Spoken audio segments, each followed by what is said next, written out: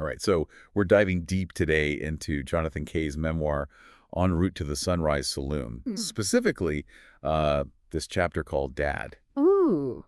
And, it kicks off with a pretty heavy quote. Mhm. It says, a father is his son's first hero and disappointment. And that's from an unknown source. Wow. Yeah, that's powerful. It is, right. And that kind of sets the tone for this whole chapter, right? It's this exploration of a really complex father-son relationship.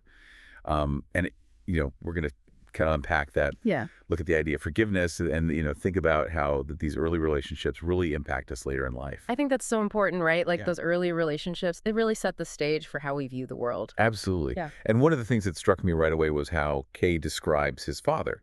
It's this fascinating mix. He compares him to Willy Loman from Death of a Salesman. Oh, wow. That classic salesman who achieves success but then can't quite adapt when things change. Right, right. But then he also talks about his dad having this like undeniable joie de vivre. He talks about him, loving to cook these elaborate meals, going shooting, Yeah. building these intricate model boats like he was the life of the party. Really? It's like this real contradiction. It is a contradiction, and it makes you wonder, what did that joie de vivre actually look like in his everyday life? Was it Mhm. truly genuine joy? Or was it maybe like a way to mask some internal struggles that he might have been facing? And I think you bring up a really good point because we often see this with people in like high pressure jobs, right? Absolutely. There's this need to project an image of success, even if you're struggling underneath it all. Exactly. And Kai doesn't shy away from those struggles at all. He talks about his dad driving like 60,000 miles a year for work, Wow. but never actually managing to save any money. And then he paints this picture of a man with these, pretty unhealthy habits, no exercise, a love for salami sandwiches, Oh, yeah. and smoking 3 packs of Salem menthols a day. Oh, wow.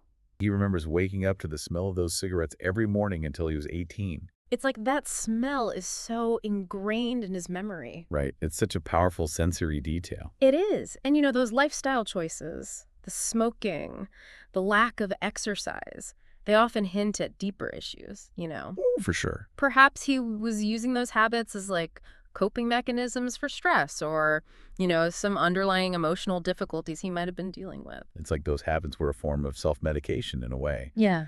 And of course, there's a heart attack at 60.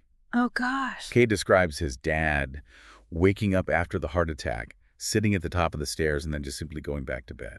Wow. Such a chilling detail. It's like his body and his spirit were just giving up. That is chilling. It makes you wonder what was going through his mind at that moment, right? Right. Like, what do you make of that reaction? I don't know. It's almost like a physical manifestation of that potential hopelessness we were talking about earlier. Mm-hmm. Maybe it was denial, maybe exhaustion, or even, a subconscious desire to just escape the reality of his health situation. And it was around that time that things really started to shift between Kai and his dad. Okay. He describes trying to initiate like a real conversation with his father when he was just 13. Yeah. But his dad just kind of brushed him off. And that rejection became like a major turning point for Kay. He got a job at the country club, meticulously saved every penny, and then bought a car 3 years later. Wow. Like he created this sense of financial independence, Yeah. even though he was still living at home under his father's roof. Right. And you can almost feel this wall going up between them. That makes sense. I mean, it's a classic example of emotional detachment as a coping mechanism. Right. When a child feels emotionally neglected or rejected, seeking independence and creating that distance can be a way to protect themselves. Yeah. But of course, it often comes at a cost, right? Right. It can lead to unresolved issues and even lingering resentment. Absolutely. And it wasn't until his father was actually on his deathbed that Kai finally went to visit him in the hospital. Oh, And it was in that moment that he forgave him. — He even urged his younger brother to do the same, Really? saying that, he would regret it if he didn't. Wow. There's this like raw urgency there, this need to let go of all the anger and resentment before it was too late. Forgiveness, especially in the face of death, it's incredibly powerful. Yeah. It's not about condoning actions, Right. but it's about releasing yourself from the burden of all those negative emotions. Right. Do we know if Kay truly forgave his father? I don't know. We don't. But the act of offering that forgiveness, even in those final moments, Yeah. it can be a huge step towards healing. It's a really complex process, isn't it? It is. And it's interesting because Kay mentions his brother Andrew actually finding their father when he had his first child. Oh, wow. It kind of highlights how differently they each dealt with their relationship with their dad. Yeah. Andrew seemed to find a connection later in life, while Kaye wrestled with his emotions for years. It just goes to show that even within the same family, individuals cope with challenging dynamics in their own unique ways. Right. There's no right or wrong way to process these experiences. Exactly.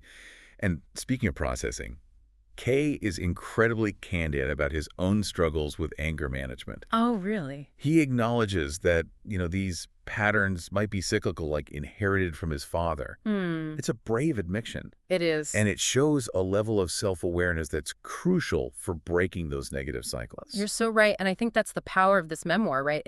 It makes us, the listeners, think about our own families. Absolutely. What patterns have we inherited?